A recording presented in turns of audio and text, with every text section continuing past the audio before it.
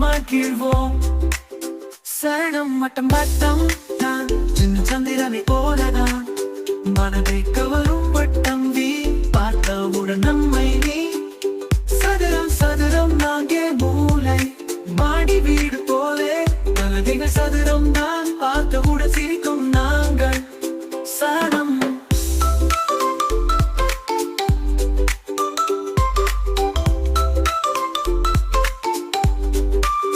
முக்கோணம் மூன்று கோணம் மலை வடிவம் போல தோன்றும் கேட்கும் பிள்ளை அசைக்கோடும் கல்லூரி வரை கற்போம் நாமும்.